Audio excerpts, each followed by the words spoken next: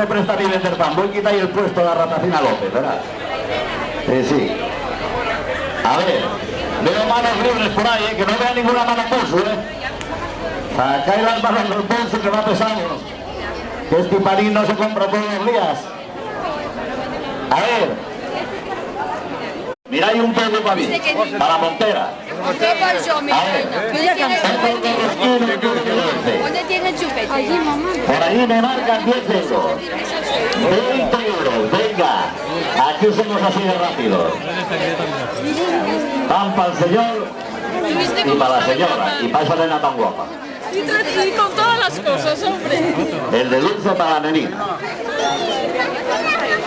Seguimos. Ahora vuelve allá. Tranquilo.